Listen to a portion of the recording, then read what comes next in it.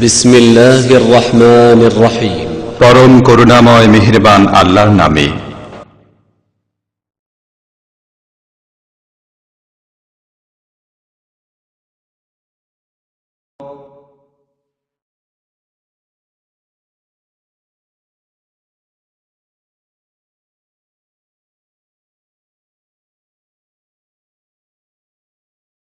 السلام عليكم ورحمة الله وبركاته. إن الحمد لله نحمده ونستعينه ونستغفره ونعوذ بالله من شرور أنفسنا ومن سيئات أعمالنا. من يهده الله فلا مضل له ومن يضلله فلا هادي له. وأشهد أن لا إله إلا الله وحده لا شريك له وأشهد أن محمدا عبده ورسوله صلى الله تعالى عليه وعلى آله وصحبه وسلم تسليما كثيرا. يا أيها الذين آمنوا اتقوا الله حق تقاته ولا تموتن إلا وأنتم مسلمون. يا أيها الناس اتقوا ربكم الذي خلقكم من نفس واحدة وخلق منها زوجها وبث منهما رجالا كثيرا ونساء واتقوا الله الذي تساءلون به والأرحام إن الله كان عليكم رقيبا. يا أيها الذين آمنوا اتقوا الله وقولوا قولا سديدا يصلح لكم أعمالكم ويغفر لكم ذنوبكم ومن يطع الله ورسوله فقد فاز فوزا عظيما. أما بعد فإن خير الحديث كتاب الله وخير الهدي هدي محمد صلى الله عليه وسلم وشر الأمور محدثاتها وكل محدثة بدعة وكل بدعة ضلالة وكل ضلالة في النار. أعوذ بالله من الشيطان الرجيم.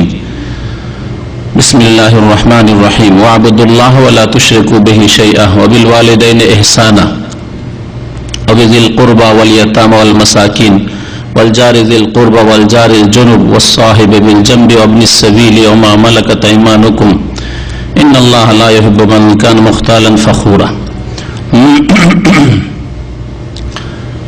আল্লাহ পাক রব্বুল আলামিনের সমস্ত প্রশংসা যে আল্লাহ পাক রব্বুল আলামিন আমাদেরকে সৃষ্টি করেছেন এবং আমাদের সাথে বিভিন্ন হককে জড়িয়ে দিয়েছেন। আমরা মানুষ যাদের জন্য আল্লাহ পাক রব্বুল আলামিন শরীয়ত নাজিল করেছেন, সুতরাং আমাদের সাথে বিভিন্ন হক, বিভিন্ন প্রাপ্য অধিকার জড়িত। আল্লাহ পাক রব্বুল আলামিন এইভাবে মানুষকে সৃষ্টি করেছেন। সালাত এবং সালাম নাজিল হোক নবী মুহাম্মদ রাসূলুল্লাহ সাল্লাল্লাহু আলাইহি ওয়াসাল্লামের প্রতি, যিনি সর্বোত্তম ভাবে আল্লাহ পাকের হক, মানুষের হক আদায় করেছেন। আজকে এই রজব মাসের 19 তারিখ 1432 হিজরি, এতে আমাদের আজকের এই নেক মজলিসে একটি অধিকার নিয়ে, হক নিয়ে আলোচনা করব। হক মানুষের সাথে অনেকগুলি জড়িত রয়েছে। কোরআনে কারীমের যে আয়াতটি তেলাওয়াত করেছি সূরা নিসার আয়াত নম্বর 36, তাতে আল্লাহ পাক রব্বুল আলামিন 10টি হকের কথা উল্লেখ করেছেন। এই আয়াতটিকে তাফসীর কারগণ 10টি হক বা 10টি অধিকার বিশিষ্ট আয়াত বলে নামকরণ করেছেন। আয়াতুল হুকুকিল আশারা। তার একটি হক হচ্ছে প্রতিবেশীর হক। এতে প্রথম আল্লাহ পাকের হক উল্লেখ করা হয়েছে, তারপরে মাতা পিতার হকের কথা উল্লেখ করা হয়েছে। এইভাবে বিভিন্ন হকগুলিকে এই আয়াতে সংক্ষেপে উল্লেখ করা হয়েছে। তার একটি হক হচ্ছে প্রতিবেশীর হক। আল্লাহ পাক রব্বুল আলামিনের দ্বীন দুটো বিষয়ের সমষ্টির নাম। এক হচ্ছে আল্লাহ পাকের হক, আর এক হচ্ছে বান্দার হক, আল্লাহর বান্দাদের হক। আল্লাহ পাকের প্রাপ্য যে আল্লাহ পাক আপনার কাছ থেকে, আমার কাছ থেকে কি পাবেন, কি দেবেন আপনি আল্লাহ পাক রব্বুল আলামিনকে। আর এক হচ্ছে আল্লাহর বান্দাদের হক, আপনার উপর আল্লাহর বান্দাদের সৃষ্টির কি হক রয়েছে, প্রাপ্য রয়েছে। এই দুইটি হক, দুইটি অধিকার যারা আদায় করবে তারাই হচ্ছে সত্যিকার অর্থে মুসলিম। তার একটি যদি থাকে তাহলে অর্ধেক রয়েছে, বাকি অর্ধেক ঈমান নেই। এই জন্য ঈমান মানুষের অতক্ষণ পর্যন্ত সম্পূর্ণ হবে না, কামিল হবে না, যতক্ষণ পর্যন্ত যেমন আল্লাহ পাকের হক আদায় করবে তেমনি মানুষের হক আদায় না করবে। আল্লাহ পাকের হক আদায় করতে হবে, আল্লাহ পাকের বান্দাদের হক আদায় করতে হবে। যে হকটির কথা আজকে উল্লেখ করব সেটি হচ্ছে প্রতিবেশীর হক। আরবি ভাষায় প্রতিবেশীকে জার বলা হয়। জার মানে হচ্ছে যে পাশে থাকে, জাওয়ারা মানে পাশে বসা। তো যেই ব্যক্তি পাশে থাকে তাকে জার প্রতিবেশী বলা হয়। প্রতিবেশী সাধারণত আমরা বুঝি বাড়ির দিক থেকে, ঘরের দিক থেকে যারা পাশাপাশি বাস করে তারাই হলো প্রতিবেশী। আর প্রসিদ্ধ মানুষের কাছে পরিচিত প্রতিবেশী হচ্ছে তারাই, যার বাড়ি আপনার বাড়ির পাশে সে হচ্ছে আপনার প্রতিবেশী, যার বাসা আপনার বাসার পাশে সে হলো আপনার প্রতিবেশী, বা কাছাকাছি, একেবারে লাগানো হবে কাছাকাছি প্রতিবেশী। কিন্তু প্রতিবেশী কতদূর পর্যন্ত হবে একটি বিষয়। আপনার পাশের বাড়িটাই শুধু প্রতিবেশী, না আরো কিছু দূর পর্যন্ত যাবে? যদি কিছু দূর পর্যন্ত যায় তো কত দূর পর্যন্ত যাবে? আমরা পাশের গ্রামকে প্রতিবেশী গ্রাম বলি, পাশের দেশকে প্রতিবেশী দেশ বলি, আজকাল বলা হচ্ছে এসব পরিভাষা। তো প্রতিবেশী কতদূর পর্যন্ত যাবে এই একটি বিষয়। আর প্রতিবেশী শুধু বাড়ি ঘরের দিক থেকে যদি পাশের লোক হয় তাহলে প্রতিবেশী, না আরো অন্য রকমের প্রতিবেশীর ধরন আছে? এই দুটি বিষয় প্রথম উল্লেখ করে দেওয়ার পরে প্রতিবেশী সম্পর্কে কোরআন কারীম এবং রাসূলুল্লাহ সাল্লাল্লাহু আলাইহি ওয়াসাল্লামের হাদিসে যা রয়েছে তা পেশ করার চেষ্টা করব সংক্ষেপে। প্রতিবেশী সম্পর্কে কতদূর পর্যন্ত আপনার প্রতিবেশী হবে, আমার প্রতিবেশী হবে, সম্পর্কে উলামায়ে কেরামদের বেশ কিছু মতামত রয়েছে। তার মধ্যে একটি মত হচ্ছে আপনার বাড়ির চারিদিকে 40 বাড়ি করে, তাহলে আপনার বাড়ি পূর্ব পশ্চিম উত্তর দক্ষিণে 40, 80, 160 বাড়ি হয়ে যায়। এই উক্তির ভিত্তিতে 160 বাড়ি পর্যন্ত প্রতিবেশী। এগুলো হচ্ছে উলামায়ে কেরামদের বক্তব্য, কারণ তারা দেখেছেন যে এদের হক আছে। যারা একই গ্রামে বাস করে, বড় গ্রাম হইলে অনেক সময় এইরকমই 200, 250, 300 ঘর বাস করে এক গ্রামে। শহর হলে হাজার হাজার বাড়ি রয়েছে, হাজার হাজার লোক বাস করে, লক্ষ লক্ষ লোক বাস করে শহরে, ঘন জনবস্তিতে বিশেষ করে অনেক লোকই বাস করে এক গ্রামে বা এক মহল্লা, এক পাড়ায়।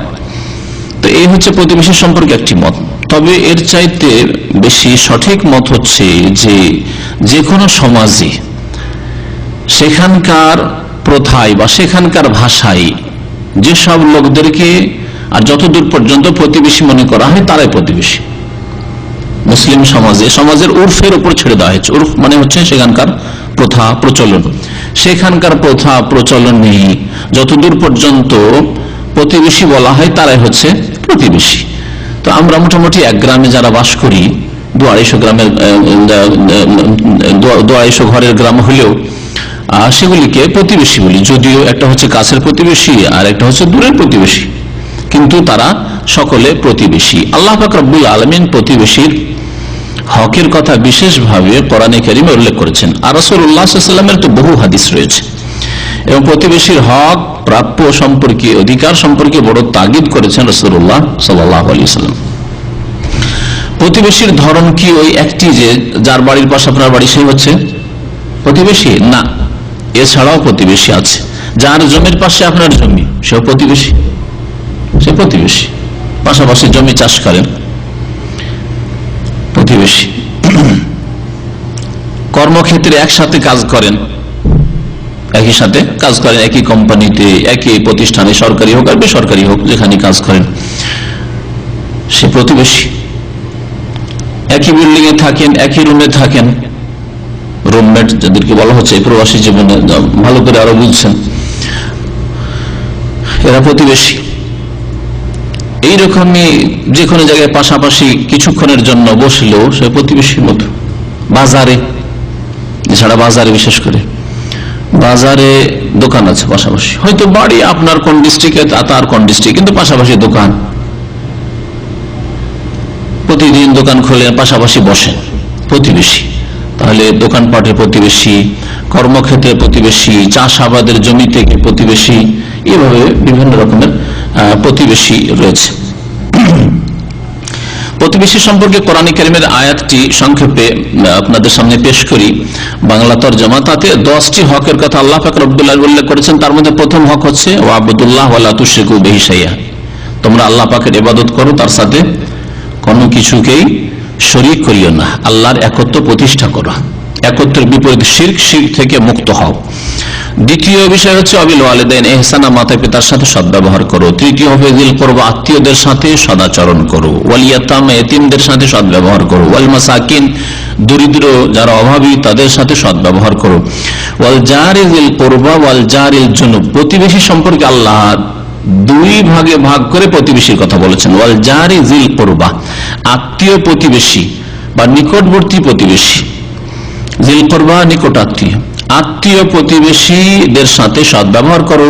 ওয়াল জারিল জুনুব ওয়াল জারিল জুনুব, দূরের প্রতিবেশী যারা তাদের সাথে সদ্ব্যবহার করো। তাহলে আল্লাহ পাক রব্বুল আলামিন এখানে প্রতিবেশীকে দুই ভাগে ভাগ করেছেন। তারপর as-সাহিবুল জামবে, তোমার পাশের সঙ্গী, তার একাধিক ব্যাখ্যা করা হয়েছে। সেগুলো ইনশাআল্লাহ তো এক একটি অধিকার বা হক সম্পর্কে আলোচনা করতে গিয়ে ইনশাআল্লাহ বিস্তারিত সেগুলির আলোচনা করবো। ইবনিস সাবিল, মুসাফির যারা পথিক, তাদের হকের কথা, তাদের সাথে সদ্ব্যবহার করো। ওমামালাকাত আইমানুকুম, তোমাদের অধীনস্থ যারা দাস দাসী, গোলাম, চাকর, নকর, তোমাদের অধীনে কাজ করে যারা, তাদের সাথে সদ্ব্যবহার করো। আল্লাহ পাক বলেছেন ইন্নাল্লাহা লা ইউহিব্বু মান কানা মুখতালান ফখুরা, আল্লাহ পাক অহংকারী আর যারা দাম্ভিক তাদেরকে ভালোবাসেন না। আর তারাই অপরের হক আদায় করে না। যাদের অন্তরে অহংকার থাকে, যারা অহংকার প্রদর্শন করে থাকে, তারাই মানুষের হক আদায় করে না। এই জন্য আল্লাহ পাক সতর্ক। সূরা নিসার আয়াত নম্বর 36। ফিরে আসি এই আয়াতের অংশে দি, ওয়াল জারি যিল কুরবা ওয়াল জারিল জুনুব, তোমাদের আত্মীয় প্রতিবেশী বা নিকটবর্তী কাছের প্রতিবেশী। ওয়াল জারিল জুনুব, আর দূরের প্রতিবেশী। কাছের প্রতিবেশী আর দূরের প্রতিবেশী, এর ব্যাখ্যা কি? কাছের প্রতিবেশী হচ্ছে এমন প্রতিবেশী যাদের সাথে বংশের আত্মীয়তা রয়েছে, বংশের লোক, রক্তের সম্পর্ক রয়েছে, তার সাথে সাথে পাশাপাশি বাস করে প্রতিবেশী। এরা হচ্ছে আল জার যিল কুরবা। তাহলে তার পাশে আল্লাহ পাক বর্ণনা করেন আল জারিল জুনুব, জুনুব মানে দূরের, এমন প্রতিবেশী যে দূরবর্তী প্রতিবেশী। তাহলে ওর বিপরীত যদি ধরা হয়, এমন প্রতিবেশী যাদের সাথে রক্তের সম্পর্ক নেই, যাদের সাথে কোনো আত্মীয়তা নেই, কিন্তু তারা প্রতিবেশী, বসবাসের দিক থেকে প্রতিবেশী। আর কেউ কেউ আল জারিল জুনুব, দূরের প্রতিবেশী অর্থাৎ অমুসলিম প্রতিবেশী, এই ব্যাখ্যা করেছেন। তাহলে প্রতিবেশী যখন অমুসলিম বললাম, তাহলে মুসলিম প্রতিবেশী আছে, মুসলিম প্রতিবেশী আর অমুসলিম প্রতিবেশী। আর ওয়াল জারিল যিল কুরবা, আত্মীয় প্রতিবেশী, তাহলে যারা আত্মীয় নয় এমন প্রতিবেশী আছে। তাহলে প্রতিবেশী এইভাবে বিভিন্ন রকমের হয়ে যায়। এই জন্য আল্লামা ইবনে উসাইমিন রাহমাতুল্লাহ আলাইহি বর্ণনা করেছেন যে এক শ্রেণীর প্রতিবেশী আছে যাদের ট্রিপল হক আছে, তিন রকমের হক আছে আপনার উপর। বংশের লোক, বসবাসের দিক থেকে প্রতিবেশী, আর মুসলিম। তাহলে যেহেতু এর মধ্যে তিনটি গুণ আছে, একটা হচ্ছে আপনার প্রতিবেশী, 2 নম্বর আপনার আত্মীয়, 3 নম্বরে মুসলিম। সুতরাং এইরকম প্রতিবেশীর 3 গুণ হক রয়েছে আপনার উপর। দ্বিতীয় হচ্ছে এমন প্রতিবেশী যে প্রতিবেশী আপনার আত্মীয় নয়, একটা বাদ দেন, আত্মীয় নয়, তবে সে প্রতিবেশী এবং মুসলিম। তাহলে 2টি গুণ তার মধ্যে আছে, সুতরাং তার দ্বিগুণ হক রয়েছে, প্রতিবেশী তার সাথে সাথে মুসলিম। মুসলিমটা বাদ দেন, তারপরে 2টি গুণ থাকতে পারে, তাই না? রক্তের সম্পর্ক আছে, প্রতিবেশী, রক্তের সম্পর্ক আছে প্রতিবেশী, বা রক্তের সম্পর্ক নেই প্রতিবেশী, রক্তের সম্পর্ক আছে প্রতিবেশী, আর তার সাথে সাথে অমুসলিম, অমুসলিম হয়ে গেল, মুসলিম না, একটা কমে গেল, ইসলাম কমে গেল। এতেও দুটি হক আছে। তো এইভাবে দেখা যায় যে কিছু প্রতিবেশী আছে তাদের দ্বিগুণ হক আছে, কিছু প্রতিবেশী আছে তাদের 3 গুণ হক আছে। এমন প্রতিবেশী যার সাথে রক্তেরও সম্পর্ক নেই আর দিনেরও সম্পর্ক নেই, অর্থাৎ অমুসলিম আর আত্মীয় নাই, তাহলে তার কয়টি হক? একটি হক, সেটা হচ্ছে প্রতিবেশী হওয়ার হক, প্রতিবেশী হওয়ার হক। তাহলে তার একটি হক রয়েছে। তাহলে বোঝা গেল যে অমুসলিমও যদি প্রতিবেশী হয়, ইহুদি, খ্রিস্টান, হিন্দু, বৌদ্ধ, যে কোনো ধর্মাবলম্বী, এমনকি নাস্তিক, প্রতিবেশী আপনার প্রতিবেশী হিসাবে সদ্ব্যবহারের প্রাপ্য আপনার কাছ থেকে পাবে, সদ্ব্যবহার পাবে আপনার কাছ থেকে, ভালো আচরণ পাবে আপনার কাছ থেকে, তার আপনি হিতাকাঙ্ক্ষী হবেন। আর তার সবচেয়ে বড় হিতাকাঙ্ক্ষী হওয়া হচ্ছে তাকে আল্লাহ পাকের জাহান্নাম থেকে উদ্ধার করা। সুতরাং আমরা মানুষ হিসাবে অমুসলিমদের সবচেয়ে বড় হিতাকাঙ্ক্ষী এই দিক থেকে যে তাদেরকে জাহান্নামে জ্বলা বা জ্বলতে দেওয়া আমরা পছন্দ করি না, সেই জন্য তাদেরকে জাহান্নাম থেকে উদ্ধার করতে চাই। এই হচ্ছে আমাদের উদ্দেশ্য। আর ইসলামের দাওয়াত দেওয়ার ক্ষেত্রে আমাদের এই সৎ উদ্দেশ্য থাকবে, তাদের হিতাকাঙ্ক্ষী। আমাদের উদ্দেশ্য আমাদের সংখ্যা বাড়ানো নয়, দল বাড়ানো নয়। কারণ আমাদের কাছে যে দল আছে সব আগাছা নিয়ে অনেক আছে, এরাই যদি খাঁটি মুসলমান হয়ে যায় তো যথেষ্ট বেশি, যথেষ্ট বেশি। সুতরাং দল বাড়ানোর উদ্দেশ্য নয়, বরং আল্লাহ পাকের জাহান্নাম থেকে, আযাব থেকে রক্ষা করাই হবে উদ্দেশ্য। সুতরাং আপনার প্রতিবেশীকে সবচেয়ে বড় হক যেটি আদায় করবেন, যদি অমুসলিম হয়, ইসলামের দাওয়াত দেবেন। আপনার নীরব ইসলামের দাওয়াত হচ্ছে আখলাক চরিত্র দিয়ে, এটা হচ্ছে নীরব ইসলামের দাওয়াত। আপনি কখনো বেঈমানি করেন না, আত্মসাৎ করেন না, অন্যায় করেন না, জুলুম করেন না। অমুসলিম প্রতিবেশী, তাদের ফ্যামিলি আছে, পরিবার আছে, তাদের দিকে খারাপ নজর দেন না। চিন্তা করতে বাধ্য হবে যে আমাদের জাতি, হিন্দু অথবা খ্রিস্টান আমাদের জাতি, তাদের ছেলেরা, তাদের যুবকরা, তাদের পুরুষরা আমাদের মহিলার দিকে খারাপ নজরে তাকায়, কিন্তু মুসলিম তো আমাদের জাতি নয়, তারপরে সে আমাদের মহিলাদের দেখলে, আমাদের স্ত্রী বোনদের, মা বোনকে দেখলে দৃষ্টি নত করে নেই। এই চরিত্র তাদের আকৃষ্ট হবে। তাহলে আপনার নীরব দাওয়াত হচ্ছে কখনো মুখে বললেন না যে কলেমা পড়ে নাও, ইসলামের একটি কিতাব পড়ো, ইসলামিক একটা বক্তব্য শোনো, ইসলাম খুব সুন্দর দিন, মুখে কখনো বললেন না আপনি, কিন্তু আপনার কাজ ইসলামের দাওয়াত দিল। একে বলা হয় নীরব ইসলামের দাওয়াত। সবচেয়ে বেশি ফলপ্রসূ হচ্ছে নীরব ইসলামের দাওয়াত। মুসলিমরা যদি তাদের আখলাক আমল দিয়ে, চরিত্র দিয়ে, আচরণ দিয়ে অমুসলিমকে দাওয়াত দিত, তাহলে আজকের যুগে তাহলে অমুসলিমরা দলে দলে ইসলাম গ্রহণ করতো, যেমন নবী করিম সাল্লাল্লাহু আলাইহি ওয়াসাল্লামের জামানায়, সাহাবায়ে কেরামদের জামানায় করেছে। ভারত উপমহাদেশে যে সাহাবায়ে কেরাম, তাবেঈনদের জামানায় লোকেরা গিয়েছেন আরব থেকে, তারা তাদের আখলাক চরিত্র দিয়ে ইসলামের দাওয়াত দিয়েছেন। তারা ব্যবসার উদ্দেশ্যে গিয়েছেন, তো রুজি রোজগারের জন্য, কিন্তু সেখানে গিয়ে তারা ভুলে যাননি তাদের মুখ্য উদ্দেশ্য, সেটা হচ্ছে ইসলামের দাওয়াত পেশ করা। তাই সে বিশাল ভারতে গিয়ে ইসলামের জাল পেতে দিয়েছেন তারা তাদের আখলাক চরিত্র দিয়ে। তো আল্লাহ পাক রব্বুল আলামিন প্রতিবেশীর বড় হক রেখেছেন। এই আয়াতে প্রতিবেশীর সাথে সদ্ব্যবহার আল্লাহ পাক রব্বুল আলামিন করতে বলেছেন। প্রতিবেশীর হক সম্পর্কে আরেকটি কথা বলবো, সেটা হচ্ছে প্রতিবেশীর কি হক রয়েছে, কি হক রয়েছে, একটি বিষয়। এই বিষয়টি বলে দিয়ে তারপরে নবী করিম সাল্লাল্লাহু আলাইহি ওয়াসাল্লামের হাদিসগুলি শুনে। প্রতিবেশীর হক আল্লাহ বলেছেন ইহসানের কথা, ওয়াবিল ওয়ালিদাইনি ইহসানা ওয়াযিল কুরবা ওয়াবিযিল কুরবা ওয়াল ইয়াতামা ওয়াল মাসাকিন ওয়াল জারি যিল কুরবা ওয়াল জারিল জুনুব। তাহলে ইহসান শব্দটি আল্লাহ পাক বলেছেন। ইহসান মানে হচ্ছে সৎ ব্যবহার করা, সদাচরণ করা। ইহসান কেমন করে হইতে পারে, এটা খুব সহজে বোঝার জন্য আপনি নিজের ক্ষেত্রে যে কাজগুলিকে, যে কথাগুলিকে ইহসান মনে করেন যে আমার সাথে সদ্ব্যবহার করা হলো, এই কথার মাধ্যমে, কাজের মাধ্যমে, এইরকম কথা, এইরকম কাজের মাধ্যমে, সেটা হচ্ছে ইহসান। আপনি যেমন আপনার সাথে আচরণ পছন্দ করেন অন্যদের, ঠিক তেমনি আপনি ওই রকমই আচার আচরণ পেশ করবেন, আখলাক ব্যবহার পেশ করবেন অন্যদের ক্ষেত্রে।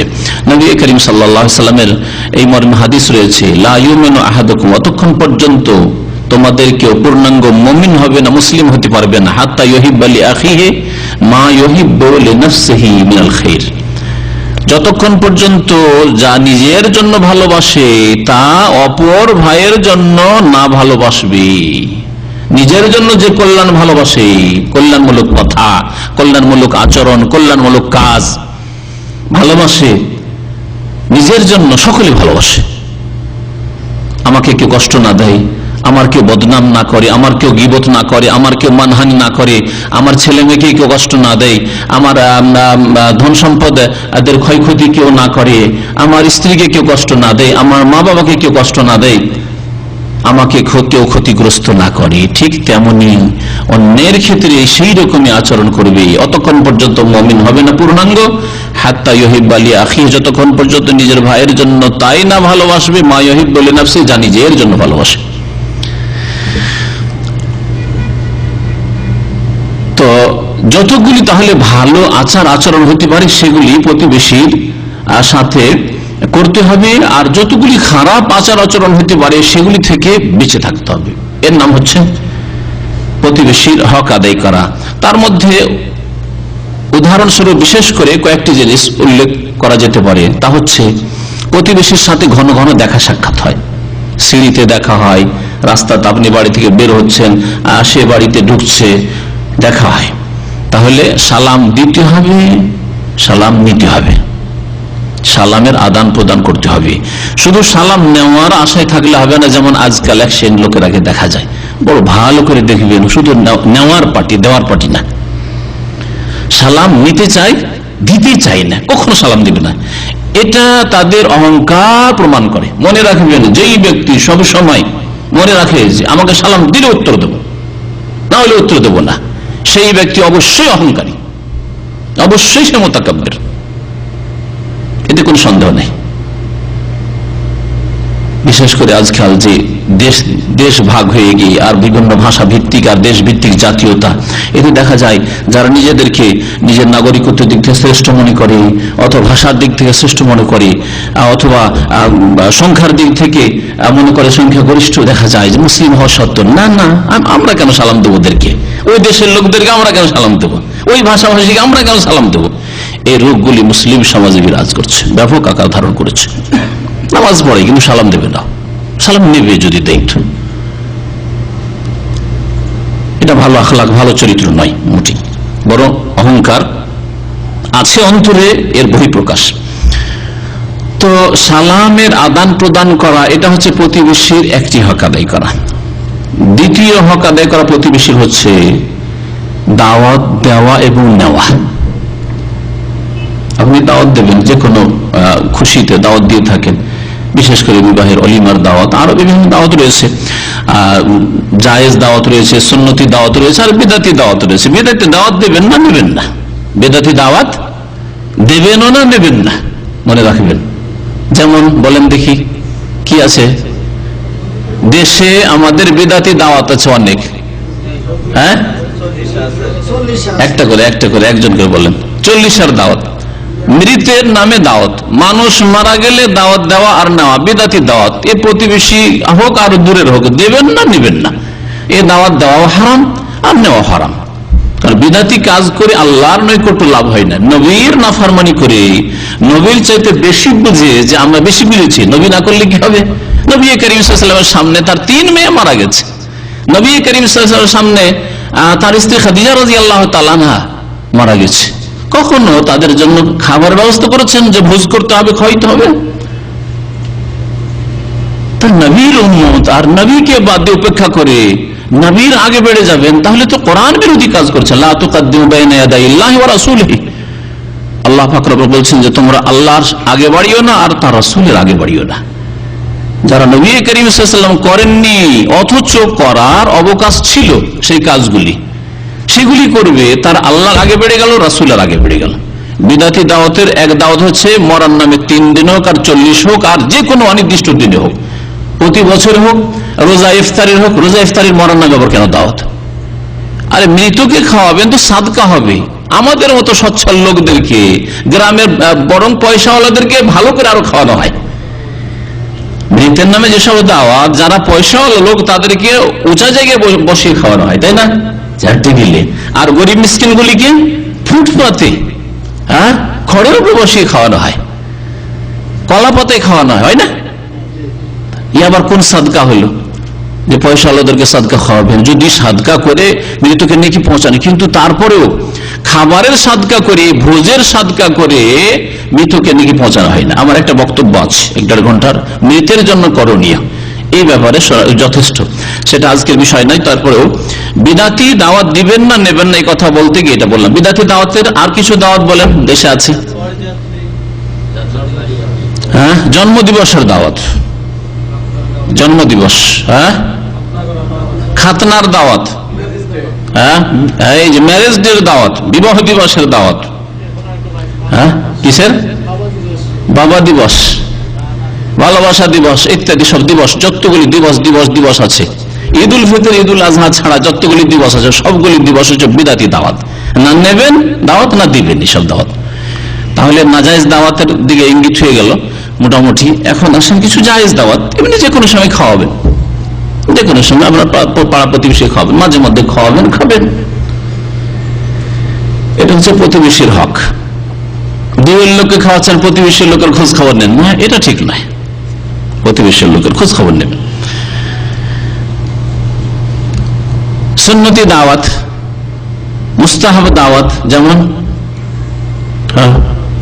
ওলিমার দাওয়াত, নবী করিম সাল্লাল্লাহু আলাইহি ওয়াসাল্লাম এর জন্য তাগিদ আউলিয়া বিশাদ বিবাহ করেছেন আব্দুর রহমান বিন আওফ রাদিয়াল্লাহু তাআলা আনহু, বলছেন যে ওলিমা করো, ওলিমার দাওয়াত করো, যদি কম পক্ষে একটা ছাগল দিয়ে হোক না কেন, তাহলে কমের পক্ষে একটি ছাগল।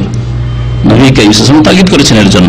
অনেক উলামায়ে কেরামদের নিকটে বিবাহ উপলক্ষে যে ছেলের পক্ষ থেকে, মেয়ের পক্ষ থেকে নয়, ছেলের পক্ষ থেকে যে দাওয়াত বিবাহ উপলক্ষে হয়ে থাকে সেটা ওয়াজিব, সেই দাওয়াত কবুল করা ওয়াজিব অনেকের কাছে, কমপক্ষে সুন্নতি মুআক্কাদা। তাহলে সুন্নতি দাওয়াত হয়ে গেল। সুন্নতি দাওয়াত করেন, জায়েজ দাওয়াত করেন, সুন্নতি দাওয়াতে অংশ নেন, দাওয়াতে যান, দাওয়াত কবুল করেন এবং জায়েজ দাওয়াত কবুল করেন প্রতিবেশীর। কোন তরিকা শুরু করলেন বক্তব্যের মধ্যে প্রশ্ন করা, পুরাতন মানুষ। তৃতীয় হক হচ্ছে প্রতিবেশীর পক্ষ থেকে কোনো খারাপ আচরণ হলে বরদাস্ত করা। তাহলে বরদাস্ত, ধৈর্য ধারণের ক্ষমতা থাকতে হবে নিজের মধ্যে, ধৈর্য ধারণে অভ্যস্ত হইতে হবে। ধৈর্য ধারণ করা মানুষের অভ্যাসের ব্যাপার। প্রথম কথা আল্লাহর সন্তুষ্টির আশা রাখতে হবে এবং ধৈর্য ধারণ যারা করে তাদের যে ফজিলত কোরআনে এবং হাদিসে রয়েছে সেগুলি মনে রাখতে হবে। তাহলে ধীরে ধীরে ধীরে ধৈর্য ধরা একটা অভ্যাসে পরিণত হবে। মানুষ ভালো কাজে যখন অভ্যাস করে, ভালো আচরণ অভ্যাস করে, ধীরে ধীরে অভ্যাসগুলো হয়ে যায়। কিন্তু এর জন্য প্রথম আল্লাহ সন্তুষ্টির খেয়াল রাখতে হবে এবং পরকালে এর জন্য উত্তম প্রতিদান পাবো এই খেয়াল রাখতে হবে। আল্লাহ পাক রব্বুল আলামিন কিয়ামতের দিনে বলবে, ইন্নী জাযাইতুহুমুল ইয়াওমা বিমা সাবারু, আমি আজকে তাদেরকে উত্তম প্রতিদান দেব কারণ তারা ধৈর্য ধারণ করেছে। বিমা সাবারু, তাদের ধৈর্যের উত্তম ফল দেব, প্রতিদান দেব। ইন্নাল্লাহা মা'আস সাবিরিন, আল্লাহ ধৈর্য ধারণকারীদের সাথে রয়েছেন, সাথে রয়েছেন দুনিয়াতেও, সাথে রয়েছেন আখিরাতে, সর্বদা আল্লাহ পাক রব্বুল আলামিন সাথে রয়েছেন। তাহলে এসব জিনিসগুলো যদি আমাদের খেয়াল থাকে তাহলে ধৈর্য ধারণ করব। কষ্ট বরদাস্ত করতে হবে, সামান্য কষ্ট হইলেও আর বলে ফেললেন, প্রতিবাদ করে ফেললেন। আর বলতে গিয়ে আপনি আস্তে করে বললেন, ও দিল জোর করে বললেন, তুই জোর করে বলবি আর আমি বলতে পারবো না, আমি কি কাপুরুষ? সেখানে কিন্তু কেউ কাপুরুষ হতে চায় না। স্ত্রীর কাছে দুর্বল হইতে পারে, স্ত্রী বলছে দাঁড়িয়ে রাখতে হবে না, না দুর্বল, ওখানে কাপুরুষ, কারণ স্ত্রী নিষেধ করছে, বাধা, ওখানে কাপুরুষ হয়ে যায়। ছেলেমেয়েরা সাবালক সাবালিকা হয়ে গেছে, তাদের দাবি দাওয়া মানতে গিয়ে নাজায়েজ কাজ করে, ওখানে কি কাপুরুষ হয়ে যায়। কিন্তু প্রতিবেশীর সাথে বরদাস্ত করতে গিয়ে আমি কেন কাপুরুষ হব? তুই জোরে বলবি, আমি আসতে বলবো না, আমি বীর পুরুষ, বাহাদুরি দেখাবে ওখানে, না, এই কাজ করবেন না। তো ধৈর্য ধারণে অভ্যস্ত হইতে হবে। প্রতিবেশীর পক্ষ থেকে অনিচ্ছাকৃত ভুল হইতে পারে, অনিচ্ছাকৃত আপনার জন্য অপ্রীতিকর কোনো আচরণ হইতে পারে, যেটা আপনাকে পছন্দ লাগলো না, হতে পারে। অনেক সময় ইচ্ছা করে হয় না, কিন্তু অনিচ্ছাকৃত। অনেক সময় প্রতিবেশী ইচ্ছা করেন, তার নাবালক ছেলেরা করেছে, যাতে কষ্ট হয়েছে। এখন এই সামান্য কথা বলতে গেলে অনেকে উত্তেজিত হয়ে পড়বে, ঝগড়া বিবাদ হয়ে যাবে। ছোট ছোট বাচ্চাদেরকে নিয়ে বড় বড় ঝগড়া হয়ে যায় আমাদের সমাজে, না হয় না? মুরগি নিয়ে, ছাগল নিয়ে, এমনকি ডিম নিয়ে ঝগড়া হয়, কথাবার্তায় বন্ধ। সবাই এটা ডিম খেয়ে নিচ্ছে, এটা মুরগি খেয়ে নিচ্ছে, ইত্যাদি সব নিয়ে। একটা ছাগলকে মেরেছে, কেন মারলাম আমাদের ছাগলটাকে, ওদের জমিতে গেছে তো। এসব নিয়ে ঝগড়া হয়ে মারপিটও হয়, আর কথাবার্তা বছরকে বছর বন্ধ হয়ে যায় প্রতিবেশীর সাথে। তাহলে প্রতিবেশীর পক্ষ থেকে যেগুলি অপ্রীতিকর কিছু হবে সেগুলিকে বরদাস্ত করতে হবে। প্রতিবেশীর আরেকটি হক 4 নম্বরে বলবো, সেটা হচ্ছে মাঝে মধ্যে খোঁজ খবর নিতে হবে। আর খোঁজ খবর নিয়ে যদি কোনো প্রয়োজন থাকে তা পুরা করতে হবে। এই বিষয়টা অত্যন্ত গুরুত্বপূর্ণ। আজকাল প্রতিবেশীর খোঁজ খবরই রাখে না, নাম পর্যন্ত, বিশেষ করে শহরে যারা থাকে, পাশের বাড়িতে যারা থাকে, পাশের বাসায় আছে, নাম যদি জিজ্ঞাসা করেন যে ভাই এর নাম কি, বলতে পারবেন না। তা তো বলতে পারি না, বিনা বাড়াবাড়িতে বলছি, নাম পর্যন্ত বলতে পারবেন না। বাইরের লোকেরা এসছে, আসার পরে আপনার গেটে ভুল করে নক করে দিয়েছে, তার বেল বাজিয়ে দিয়েছে, জিজ্ঞাসা করছে যে অমুককে খোঁজ করছি, অমুক পাশের বাসাতে আছে, কিন্তু আপনি নাম জানেন না, হয়তো বলবো আপনি নিজের যান বাঁচাবার জন্য, না না এখানে এই নামে কেউ নেই, দিলের লোকটাকে হয়রান করে আর এক বাসায় ঢুকে পড়লো। নাম না জানায় কি বিপদ চিন্তা করুন আপনি। আপনি যদি নাম জানতেন তাহলে বলতে পারতেন যে ভাই এত তলাতে না, অমুক তলাতে আছে, নিচে আছে, উপরে আছে, বলতে পারতেন, এই বিল্ডিং এ আছে কিনা, কিন্তু নামই জানেন না, মিথ্যেই বলে দিলেন যে না এই বিল্ডিং থেকে কমপক্ষে তাড়া। তাহলে খোঁজ খবর নিতে হবে। খোঁজ খবর নিতে গিয়ে দেখলেন যে অসুস্থ আছে আমার প্রতিবেশী, তাহলে অসুস্থ থাকলে তার জন্য করণীয় কি করতে হবে। অভাবে আছে, তাহলে অভাবের জন্য কি করণীয়তা করতে হবে। মানসিক দিক থেকে পেরেশানিতে আছে, তাহলে পেরেশানি কি করে দূর করা যায় তার ব্যবস্থা নিতে হবে। স্বামী স্ত্রী তাদের মনোমালিন্য হয়েছে, সুতরাং এর জন্য আমাদের কি পদক্ষেপ হতে পারে, কি করতে পারি। আপনার স্ত্রীকে পাঠিয়ে তার স্ত্রীকে বুঝানো, আপনি তাকে বুঝালেন, এগুলো করতে পারবেন। মীমাংসার জন্য তো উদ্যোগ নিতে পারবেন। এইরকম অনেক সমস্যা হয়ে থাকে, পারিবারিক সমস্যা, আর্থিক সমস্যা বা শারীরিক সমস্যা, বিভিন্ন রকম সমস্যা হতে পারে। সেই সমস্যাগুলি খোঁজ খবর রাখবেন এবং খোঁজ খবর রেখে সেগুলি পুরা করার চেষ্টা করতে হবে। প্রতিবেশীর 5 নম্বর হক যা বলবো তা হচ্ছে যে প্রতিবেশীর এমন কোন মানুষ নেই যার দোষ নেই, না আছে? এমন কোন মানুষ নেই যার দোষ নেই, না নেই? এমন কোন মানুষ আছে দোষ মুক্ত? ইল্লা রাসূলুল্লাহ সাল্লাল্লাহু আলাইহি ওয়াসাল্লাম, রাসূলুল্লাহ সাল্লাল্লাহু আলাইহি ওয়াসাল্লাম ছাড়া। সাহাবায়ে কেরামদের যুগে যাচ্ছে না, আজকালকার যুগে মানুষ ভুল ছাড়া নেই। মানুষের যে ভুল ত্রুটি আছে, যেখানে দুর্বল দিক আছে, সেই দিকগুলি লুকিয়ে রাখতে হবে প্রতিবেশী হিসাবে। আপনি পাশে বাস করেন, অবশ্য তার দুর্বল দিক জানেন, পাশে যেহেতু বাস করেন সেজন্য দুর্বল দিকগুলি জানেন। উদাহরণস্বরূপ বলছি, না হলে বুঝে উঠতে পারবেন না। আপনার পাশে একজন লোক আছে, ভালো নামাজি, কিন্তু স্বামী স্ত্রীর জীবনে তাদের কলহ বিবাদ প্রায় হয়ে থাকে, কথাবার্তা বন্ধ হয়ে যায়, অথবা তার স্ত্রী খারাপ, সুতরাং স্ত্রী ধমক দিয়ে কথা বলে স্বামীকে। এসব দুর্বলতা ওই ফ্যামিলিতে আছে, সেগুলো জানেন আপনি। এগুলি আপনাকে লুকিয়ে রাখতে হবে, এটা ফরজ। এটা আপনার জন্য জায়েজ নাই যে মসজিদে যাবেন নামাজ পড়তে, অথবা বাজারে যাবেন আর ওখানে গিয়ে দেখবেন যে আপনার প্রতিবেশীর বন্ধু বান্ধব আছে বা প্রতিবেশীকে চেনে বা চেনে না, কি বলেন আজ এই যে মুসল্লি দেখছো না, নামাজে পাকা, কিন্তু তার স্ত্রীর সাথে তার ব্যবহার ভালো নেই, অথবা তার ব্যবহার তো ভালো, তার স্ত্রী খুব খারাপ। এগুলি জায়েজ নাই, ঢেকে রাখতে হবে। মুসলিমের ইজ্জতকে ঢেকে রাখতে হবে।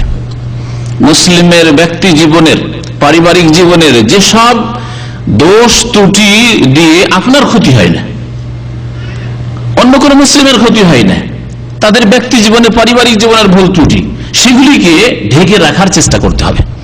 নবী করিম সাল্লাল্লাহু আলাইহি ওয়াসাল্লামের সহিহ বুখারী হাদিসে রয়েছে, মান সাতারা মুসলিমান সাতারাহুল্লাহু ফিদ দুনিয়া ওয়াল আখিরাহ। কেউ যদি কোন মুসলিমের দোষ ত্রুটি ঢেকে রাখে, তাহলে আল্লাহ পাক রব্বুল আলামিন দুনিয়া এবং আখিরাতে তার দোষগুলিকে ঢেকে রেখে দেবে। দুনিয়াতেও আপনার দোষগুলিকে আল্লাহ ঢেকে রাখবেন, আপনাকে লজ্জিত করবেন না, আপনাকে অপমানিত আল্লাহ পাক রব্বুল আলামিন করবেন না, আল্লাহ পাক আপনার মান ইজ্জত রক্ষা করবেন, কারণ ওই ব্যক্তির মান ইজ্জত রক্ষা করেছেন। আপনি জানতেন দোষ ত্রুটি, তারপর কখনো কারো সামনে আলোচনা করেননি, তার মানহানি করেননি। আখিরাতে বহু গুনার কারণে ফেঁসেছেন, সেখানে আল্লাহ পাক আপনাকে লজ্জিত অনুতপ্ত করবে না, সেখানে আপনাকে বেইজ্জত করবেন আল্লাহ পাক রব্বুল আলামিন, সেগুলিকে ঢেকে রেখে মাফ করে দিয়ে জান্নাতে দিয়ে দিবেন ইনশাআল্লাহ। সাতারাহুল্লাহ ফিদ দুনিয়া ওয়াল আখিরাহ। তাহলে একজন মুসলিমের যদি দোষ ত্রুটি আইব ঢেকে রাখতে হয়, তাহলে একজন মুসলিম পরিবারের ওইভাবে ঢেকে রাখতে হবে।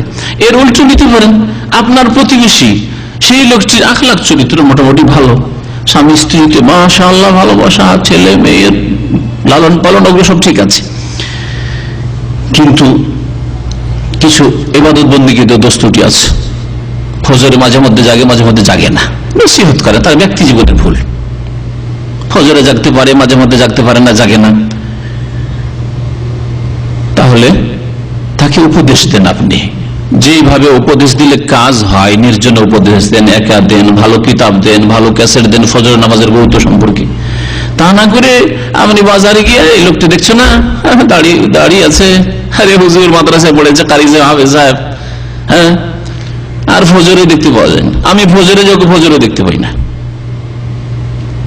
না, দুর্বল দিক আছে, অনেকের দুর্বল দিক আছে। সুতরাং প্রতিবেশীর মান ইজ্জতকে ঢেকে রাখতে হবে।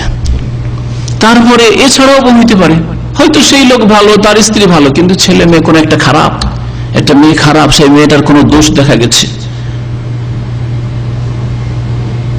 কোন ছেলের সাথে হয়তো সম্পর্ক করতে যাচ্ছিল, সেইগুলিকে তিলকে তাল করে বাইরে যেমন জানতে পারলেন, পাশের বাড়ি যেহেতু জেনে ফেলেছেন, হ্যাঁ, যে অমুকের মেয়ের এরকম কারোর সাথে অবৈধ সম্পর্ক হতে যাচ্ছে, বা ওর ছেলের অমুক বাড়িতে অমুক মেয়ের সাথে, অমুকের মেয়ের সাথে এইরকম অবৈধ সম্পর্ক হতে যাচ্ছে, বাজারে ছড়িয়ে দিলেন, এসব মানহানি করলেন। আপনি আপনার প্রতিবেশীর হক নষ্ট করলেন। প্রতিবেশীর হকের অন্তর্ভুক্ত হচ্ছে যে প্রতিবেশীর মান সম্মান রক্ষা করার চেষ্টা করবে, যদি তার দ্বারা কোনো মুসলিমের ক্ষতি না হয়। হ্যাঁ, কেউ বিবাহ করার জন্য এসছে, প্রস্তাব দিতে এসছে তার মেয়েকে বা তার ছেলেকে, এই মেয়ে তুলে দিতে এসছে, ছেলের সাথে মেয়ের বিবাহ দেওয়ার জন্য এসছে, আপনাকে জিজ্ঞাসা করলো যে এর ছেলে এর মেয়ের সাথে বিবাহ দেওয়া যাবে কি যাবে না, সেই ক্ষেত্রে আপনাকে হক কথা বলতে হবে। যদি ক্ষতিগ্রস্ত হওয়ার আশঙ্কা থাকে কোন মুসলিমের, তাহলে ক্ষতিগ্রস্ত হতে দেবেন না, কিন্তু এমনিতেই মান সম্মান নষ্ট করার জন্য তাদের কথা চর্চা করবেন না। এরকমই যে কোনো ক্ষেত্রে হতে পারে, দুর্বল যেগুলি দিক আছে সেগুলিকে ঢেকে রাখার চেষ্টা করতে হবে। প্রতিবেশীর 6 নম্বর হক হচ্ছে যে মাঝে মধ্যে প্রতিবেশীকে হাদিয়া উপহার দিতে হবে, উপঢৌকন দিতে হবে, কিছু দিতে হবে। দেওয়াতে অভ্যস্ত হন। বিদেশ থেকে যাচ্ছেন খালি হাতে, নিজের স্ত্রীর জন্য অনেক কিছু, মা বাবার জন্য অনেক কিছু, নিজের ভাইদের জন্য অনেক কিছু, কিন্তু পাশের বাড়িতে একজন আছে, হয়তো নিজের ভাই নয়, কিছুই নেই, একটা টুপিও না, এমন করবেন না। একটা জায়নামাজও নিলেন না, যেগুলি খেজুর, জমজম, এগুলি জায়েজ জিনিসগুলি, বিদাতের রাস্তা খুলবেন না। আমাদের সবাই কিছু লোক তসবিহ দেওয়া আছে, তাই না, এই তো তসবিহ দেওয়া, এগুলো কাজ করবেন না, খালি তো বিদাত বাড়ানো হবে। হাতে গনতে পারবে, তারপরে তসবিহ করবে, লোক দেখাবে তসবিহ নিয়ে। সুতরাং এই তসবিহ হাদিয়া দেবেন না, এগুলি লোক সারানো দরকার, সেই জন্য বিশেষ করে বলছি। তসবিহ গনতে পারবে, তসবির দানায় ওই ব্যক্তি, যেই ব্যক্তি 33 বার গনতে পারে না, 100 বারের কোন তসবির প্রয়োজন করে না। 33টা যদি গনতে পারে তো হাতে গণনা করবে। বুড়ি মানুষ মনে রাখতে পারে না, অথবা গণনা জানো, অনেক বুড়িরা আগের আছে যা 10 পর্যন্ত গনতে পারে না হয়তো, তাই না, তার জন্য ঠিক আছে, তসবিতে দেওয়া আছে যে 33 হয়ে গেছে, এখান থেকে এখান পর্যন্ত 33 হয়ে গেছে, গণনা জানুক আর নাই জানো। এমন বৃদ্ধ মানুষ যে গণনা করতে পারে না, অথবা গণনা ভুলে যায়, তসবির দানায় সে তসবিহ করবে, আর সব করে তসবিহ করবে না। এক সেই লোকদের তসবিহ ফ্যাশন হয়েছে, তসবিহ ঘোরাচ্ছে, হ্যাঁ, আরবদের মধ্যে দেখতে পাচ্ছেন। আর এমন কিছু লোক আছে যারা তসবিহ দিয়ে তাদের কিছু সিগন্যাল আছে, ওইসব কাজ করে, অবৈধ কাজ করে, হারাম কাজ, তসবিহ ইশারায়। তো তসবির ইশারায় তারা দালালি করে, গরুর দালাল তসবির ইশারায়, তসবির ইশারাতে অনেক কিছু করে। আর কিছুই যদি না করে, তসবিহ হচ্ছে রিয়াকারী, লোক দেখানো ইবাদত। তসবিহ হচ্ছে বিদাত ছাড়াও নবী সাল্লাল্লাহু আলাইহি ওয়াসাল্লামের তরিকা নয়। বরং নবী সাল্লাল্লাহু আলাইহি ওয়াসাল্লাম বলেছেন যে তোমরা হাতের আঙ্গুলে গণনা করো তাসবিহ, ইকতিদনা বিল আনামিলি, হাতের আঙ্গুল দ্বারা তাসবিহ করো তোমরা। ফাইন্নাহুন্না মাসউলাতুন মুস্তানতিকাত, কারণ এই হাতের আঙ্গুলগুলিকে জিজ্ঞাসা করা হবে এবং এই হাতের আঙ্গুল কথা বলবে কিয়ামতের দিনে আল্লাহ পাকের দরবারে যে আল্লাহ আমার দ্বারা তাসবিহ করেছে। আর ডান হাত যেহেতু উত্তম, সেজন্য ডান হাতে তাসবিহ করেন, বাম হাতে না গিয়ে। তো কি বলছিলাম যে প্রতিবেশীকে হাদিয়া উপহার দেওয়া, বিশেষ করে যখন মাঝে মধ্যে ভালো খাবার হলো, আপনার বাড়িতে গোস্ত হয়েছে, পাশের বাড়িতে গরিব মানুষ গোস্ত করতে পারেন না, অথবা সচ্ছল মানুষ, আপনিও দিলেন তারাও দিবে, কোনোদিন অসুবিধা নেই। শুধু গরিবকে দিতে হবে কথা নয়, সচ্ছল প্রতিবেশীকে আপনার বাড়িতে যেদিন গোস্ত হইলো, মাছ হলো, বিশেষ কিছু হইলো, কোনো মিষ্টি জাতীয় জিনিস হলো, আপনি দিলেন, ওরাও দেবে। আর ওরা যদি না দেয় আপনার পক্ষ থেকে আপনি দিবেন, যথেষ্ট। আপনি আপনার দায়িত্ব পালন করলেন, আর বাকি আপনার যে হক রয়েছে সেটা আল্লাহর কাছে চাইবেন, মানুষের কাছে না চেয়ে। এই বেশ কিছু হকগুলি বর্ণনা করলাম যেগুলি হাদিসে আসবে। আরবদের একটি প্রবাদ আছে প্রতিবেশী সম্পর্কে, আল জারু কাবলাদ্দার, আল জারু কাবলাদ্দার, বাংলায় হচ্ছে বাড়ি বাঁধার আগে প্রতিবেশী দেখো। কথা ঠিক কিনা? হ্যাঁ, বাড়ি বাঁধার আগে কোথাও কি করো, আগে প্রতিবেশী দেখো। একটা জায়গায় আপনি বাড়ি করতে চাইছেন, জায়গা কিনছেন যে আমি এখানে বাড়ি করব, কোন শহরে অথবা গ্রামে, তার আগে প্রতিবেশী দেখতে হবে, গ্রাম দেখতে হবে যে গ্রামের লোকেরা কেমন। গ্রামের লোক দেখার পরে পাশের লোক দেখতে হবে যে ডানে বামে যারা বাস করছে তারা কেমন। কোন দিক থেকে দেখবেন? শুধু আখলাক চরিত্র দেখবেন? হ্যাঁ, ইবাদত বন্দেগী দেখবেন না? প্রথম কথা তাদের আকীদা দেখবেন যে এই গ্রামের লোকেরা কোন আকীদার। গ্রাম কবর পূজারী, আটরসি, মাইজ ভান্ডারী, দেওয়ানবাগী, পীর ভক্ত, মুরিদ, ওদের গ্রামে বাস করে আল্লাহ পাকের সত্য দিন পালন করতে দিবে? কখনো দিবে না। আল জারু কাবলাদ্দার, বাড়ি তৈরি করার আগে প্রতিবেশী দেখুন আগে। কত সমস্যায় যে পড়ে আছেন ওই সব ভাইরা যাদেরকে আল্লাহ পাক হেদায়েতের নিয়ামত দিয়েছে, কিন্তু বিদাতি গ্রামে বাস করে, সহি নামাজ পড়তে দেবে না, কোরআন সুন্নাহ মোতাবেক বিবাহ শাদী সারতে দেবে না, কোরআন সুন্নাহ মোতাবেক মা বাবার জানাজা পড়তে দেবে না, মাইয়িতকে দাফন করতে দেবে না। সমস্যার শেষ নেই, প্রতিটি কদমে কদমে সমস্যা। ধর্মীয় সমস্যা সবচেয়ে বড় সমস্যা। কোরআন এবং হাদিসের কাছে আসতে চাই না। রাসূলুল্লাহ সাল্লাল্লাহু আলাইহি ওয়াসাল্লাম নির্ভেজাল আনুগত্য করব সবাই মিলে, তাহলে আমাদের ইখতিলাফ শেষ হয়ে যাবে, ভেদাভেদ শেষ হয়ে যাবে, এই কথায় আসতে চাই না। ওয়াজাদানা আলাইহি আবানা, আমাদের বাপদাদু করে এসে, পূর্বপুরুষ করে এসে, এত বড় বড় হুজুর আলেমরা করেছে, তারা জানতো না? এটা হলো তাদের দলিল।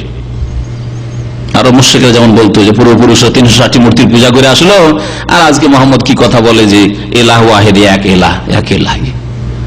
এইরকম অবস্থা বিরাজ করছে। তাহলে বিদাতি গ্রামে বাস করবেন না, হিজরত করুন।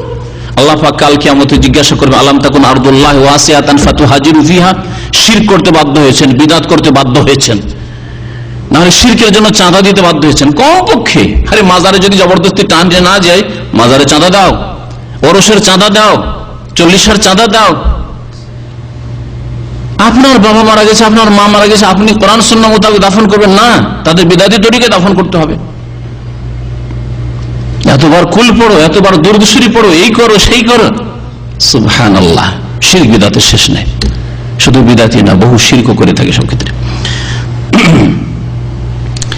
যদি খেতে না দেন গ্রামবাসীকে, আপনার মায়ের নামে মা মারা গেছে, বাবা মারা গেছে, তাহলে গ্রামে বাস করা মুশকিল করে দেবে, রাস্তায় চলা মুশকিল হয়ে যাবে।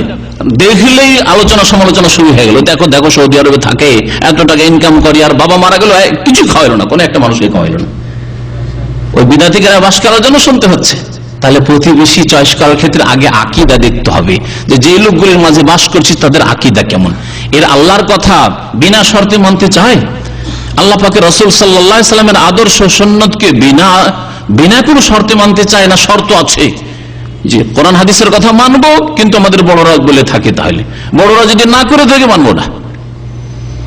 পরীক্ষা করে দেখেন, বলেন যে মাগরিবের আজান ইকামতের মাঝখানে সময় দেন, 2 রাকাত করে নামাজ পড়বেন, এতেই বুঝতে পারবেন কোরআন হাদিসের কথা বিনা শর্তে মানতে চাই কিনা। এতদিন দেখলাম না, এত বড় বড় হুজুররা চলে গেছেন, কেউ তো বলেননি। এত বড় পীর বুজুর্গানের দিন দেখেছি, কেউ তো করেনি। এ তুমি কোথেকে নিয়ে আসলে? সুবহানাল্লাহ। অথচ রাসূলুল্লাহ সাল্লাল্লাহু আলাইহি ওয়াসাল্লাম বলছেন, সাল্লু সাল্লু ক্বাবলাল মাগরিব, সাল্লু ক্বাবলাল মাগরিব, মাগরিবের আগে তোমরা নামাজ পড়ো, নামাজ পড়ো। বাইনা কুল্লি আযানাইনি সালাতুন, আযান ইকামতের মাঝখানে নামাজ রয়েছে, লিমান শাহ, যে চাইবে পড়বে। তার সময় দিতে হবে, ওযু করার সময় দিতে হবে, বাথরুমে গেছে একটা লোকে জামাত পড়ার সময় দিতে হবে না। এইরকম শেষ নাই। তাহলে আকীদার ক্ষেত্রে আপনাকে দেখতে হবে যে প্রতিবেশী যাদেরকে আমি বানাতে যাচ্ছি তাদের আকীদা, ইসলাম যে কোরআন হাদিসের আকীদা, সেটা মানতে রাজি কিনা তারা। তারপর ইবাদত বন্দেগী, আশেপাশের লোকেরা নামাজ পড়ে কি পড়ে না এটাও দেখার চেষ্টা করতে হবে। স্থায়ীভাবে বাড়ি করবেন আর পাশের লোকেরা কেউ নামাজ পড়ে না, আপনি বড় ইমানদার পরেজগার, আপনাকে হয়তো গুমরা করতে পারবে না, তারপরও ইমান দুর্বল হয়ে যাবে। অনেক সময় শয়তান এইভাবে আপনাকে গাফিল করবে যে আরে এরা তো এক ওয়াক্ত নামাজ পড়ে না, এরা তো জুমাও পড়ে না, আমি তো 5 ওয়াক্ত পড়ছি, এক ওয়াক্ত মসজিদে না গেলেই বা কি হবে, এদের চাইতে আমি অনেক ভালো। দেখলেন না কিভাবে শয়তান গুমরা করছে? এভাবে শয়তান আপনার মধ্যে গাফিলতি নিয়ে আসবে, এদের চাইতে অনেক ভালো, এরা মুসলমান এক ওয়াক্ত পড়ে না, আমি তো 5 ওয়াক্ত 4 ওয়াক্ত পড়ছি, ওতেই মনে করছেন যে নাজাত পেয়ে যাও, অথচ 4 ওয়াক্ত পড়ে আপনার নাজাত নেই। কিন্তু যদি আশেপাশে নামাজি লোকের বাস থাকতো তাহলে আপনার ইমান তাজা হইত, আপনার নামাজ আরো সুন্দর হইত। তাহলে ইবাদত বন্দেগীর দিকে নামাজ আছে কিনা, রোজা আছে কিনা, পাশের বাড়িতে রোজা রাখে না আর তাদের পাশে আপনি বাড়ি করছেন না, মোটেই জায়েজ নয় জেনে শুনে বাড়ি করা, এই দিকটা দেখতে হবে। তারপরে এখন আসুন আখলাক চরিত্র দেখতে হবে, আখলাক চরিত্র দেখতে হবে। পাশের লোকেরা মদ খায়, পাশের লোকেরা সকলে সিগারেট পান করে, ধূমপান করে, আর তাদের পাশে ইচ্ছা করে বাড়ি করছেন না, ইচ্ছা করে বাস করতে চান না, যথাসাধ্য বাঁচার চেষ্টা করেন। আখলাক চরিত্র খারাপ। এখন আসুন আকীদার ক্ষেত্রটি, নামাজের ক্ষেত্র, এইসব ক্ষেত্র আজকালকার মানুষরা দেখে না।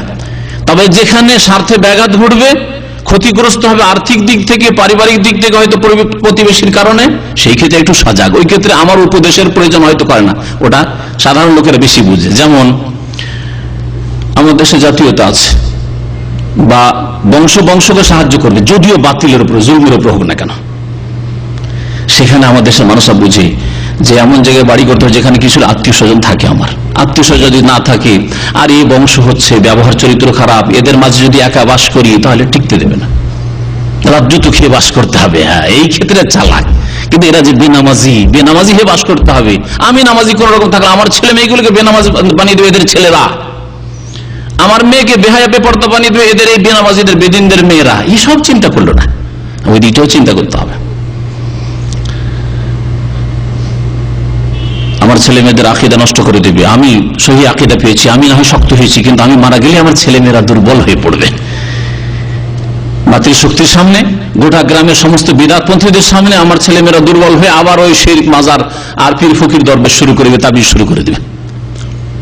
তাহলে এই আশঙ্কাতে কেন আপনি ছেলে মেয়েকে রেখে যাবেন? আমাদের দেশে বংশের অন্যায়ভাবে সাহায্য করে থাকে, অপর বংশের লোক যদিও জুলুম হচ্ছে, নীরব থাকবে, নিজের বংশের বিরুদ্ধে বলবে না, নিজের গোত্রের বিরুদ্ধে বলবে না। বিভিন্ন কোয়ালিটির লোকেরা আছে, ধরেন কিছু লোক আছে চাষি, আবার কিছু আছে এটা বংশ হচ্ছে আপনার তাঁতি জোলা, এটা হচ্ছে খোট্টা, একে অপরের সাহায্য করবে, এক হয়ে যাবে। আপনার বিরুদ্ধে আপনি যদি একা থাকেন সবাই এক হয়ে যাবে তারা, কারণ নিজের জাতির লোকেরা এরা। এইরকম জাতীয়তাগুলি আমাদের আছে।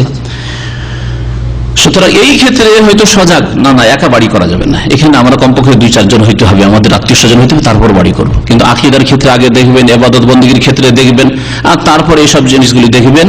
আল জারু ক্বাবলাদ দার, বাড়ি বাঁধবেন আগে, বা প্রতিবেশী হবেন দেখে, আশেপাশের বাড়িগুলি দেখে যে কোন লোকেরা এখানে বাস করে।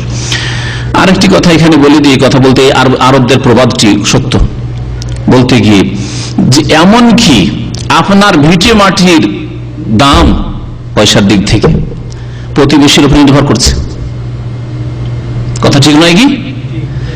পাশের লোকেরা যদি ভালো মানুষ হয়, ভালো ব্যবহার চরিত্র, তাহলে আগ্রহের সাথে বেশি দাম দিয়ে ওই জায়গায় কিনতে আসবে লোকেরা, ঠিক না?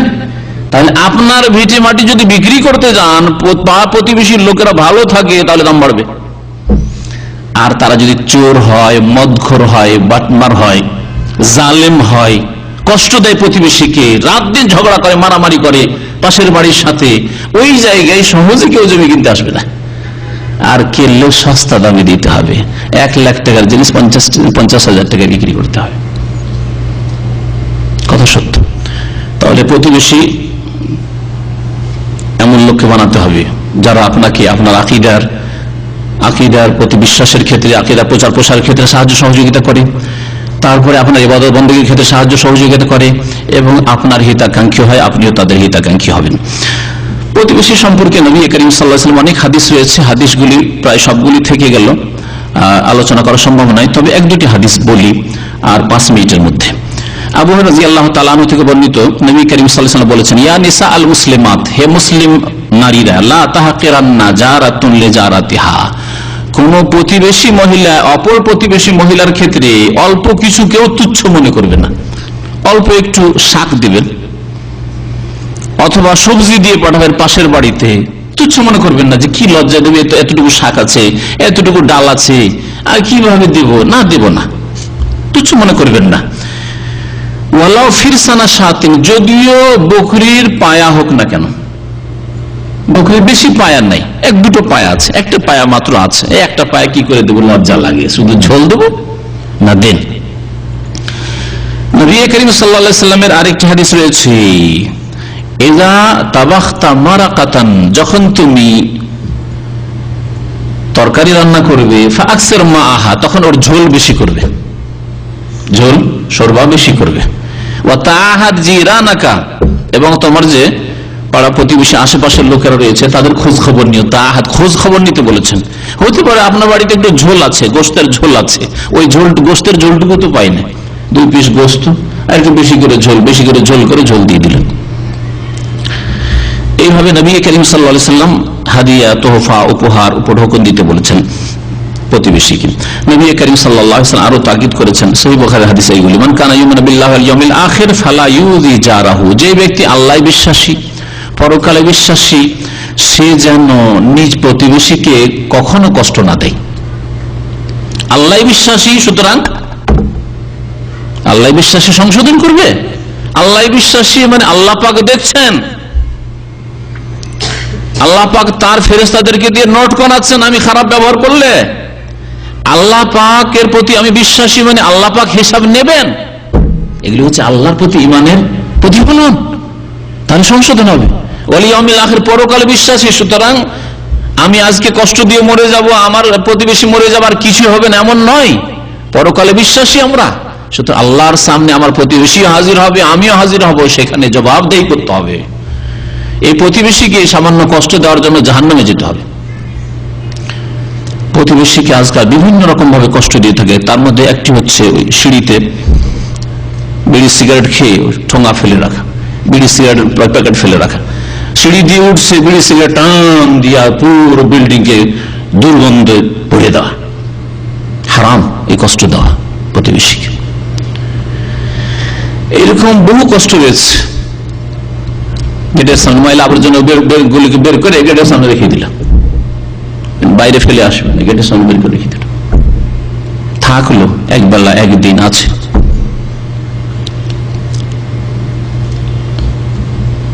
এইভাবে বাচ্চারা কষ্ট দিচ্ছে নাকি প্রতিবেশী, ওর খেয়াল রাখতে হবে।